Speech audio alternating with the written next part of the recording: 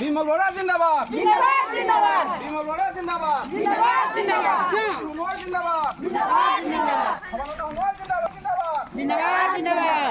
Jitima Sangma Jindabad. Jindabad. Jindabad. Kopi Setia Sangma Jindabad. Jindabad.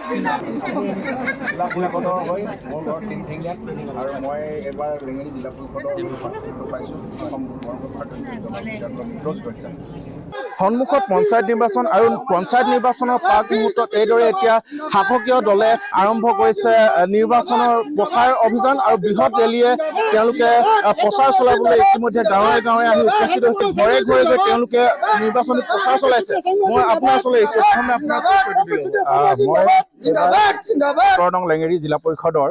Asom Gana Parishad আৰু ভাৰতীয় জনতা পাৰ্টীৰ মিত্ৰজোঁটৰ এগৰাকী প্ৰাৰ্থী আমি এইবাৰ যি পঞ্চায়ত নিৰ্বাচন এই পঞ্চায়ত নিৰ্বাচনত অৱতীৰ্ণ হৈছোঁ আমাৰ ইয়াৰ এই লেঙেৰী গাঁও পঞ্চায়তৰ এপি মেম্বাৰ পম্পী চেতিয়া চাংমাই বাইদেউ আৰু আমাৰ মই জিলা পৰিষদ হিচাপে আৰু ৱাৰ্ড সদস্য হিচাপে আমাৰ ইয়াত আছে নামস্কি গোলকলক্ষ্মী চাংমাই গগৈ ডাঙৰীয়ানী আৰু আমাৰ কোন আছে জ্যোতিমণি যিয়ে নহওক আমি প্ৰায় ৱাৰ্ড সদস্যসকলক একেলগ হৈ আৰু এই অঞ্চলৰ জনসাধাৰণক লৈ আমি আগন্তুক যি পঞ্চায়ত নিৰ্বাচনত জয়যুক্ত হ'বৰ কাৰণে আমি এনেদৰে ঘৰে ঘৰে গৈ যি অভিযান এই অভিযানত আমি পৰিছোঁ আৰু ৰাইজৰ বিপুল সঁহাৰি আমি লাভ কৰিছোঁ এই বিপুল সঁহাৰিয়ে এটাই পৰিলক্ষিত হৈছে এইবাৰ আমি ভাৰতীয় জনতা পাৰ্টীয়ে এইবাৰ আমাৰ যি পঞ্চায়ত নিৰ্বাচনত 100% আমাৰ জয় হোৱাটো প্ৰায় নিশ্চিত হৈ পৰিছে গতিকে আমাৰ টিংখাং সমষ্টি প্ৰায়বিলাক আমাৰ পঞ্চায়ততে এনেদৰে এই অভিযান অব্যাহত আছে গতিকে আমি এই লেঙেৰী জিলা পৰিষদৰ অন্তৰ্গত আজি লেঙেৰী গাঁও পঞ্চায়তত আমি এনেদৰে এই অভিযানত নামি পৰিছোঁ আৰু এটা পৰিলক্ষিত হৈছে যে এই গাঁও পঞ্চায়তখনতো আমাৰ ভাৰতীয় জনতা পাৰ্টীৰ আৰু মিত্ৰজোঁটৰ এখন পঞ্চায়ত গঠন হোৱাটো প্ৰায় নিশ্চিত হৈ পৰিছে আৰু জিলা পৰিষদ হিচাপে এই অভিযানো জয়যুক্ত হোৱাটো প্ৰায় নিশ্চিত বুলি মই অনুভৱ কৰিব পাৰিছোঁ হয় যেহেতু তেওঁলোকৰ ফলাফল জয় বা নিশ্চিত বুলি তেওঁলোকে কৈছে মই আপোনাৰ ওচৰলৈ আহিছোঁ কেনেদৰে প্ৰচাৰ চলোৱা হৈছে হয় আমাৰ প্ৰচাৰ ঠিক বহুত সুন্দৰকৈ হৈছে আৰু আমি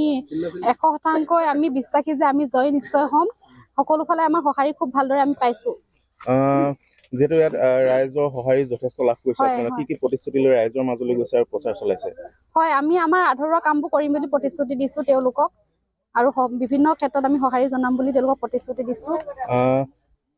কি ধৰণৰ ফলাফল আশা কৰিছে এবাৰ ফলাফল আমি 100% আমাৰ সাপেক্ষে থাকিব বুলি আমি আশা কৰিছোঁ আৰু হয় যেহেতু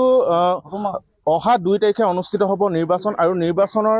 প্ৰাক মুহূৰ্তত এইদৰে এতিয়া নিৰ্বাচনী প্ৰচাৰত ব্যস্ত হৈ পৰিছে লেঙেৰী পঞ্চায়তৰ প্ৰাৰ্থীসকল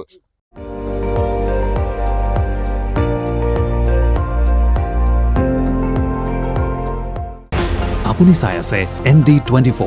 সৰ্বশ্ৰেষ্ঠ নহয় সৰ্বোত্তমৰ দৌৰত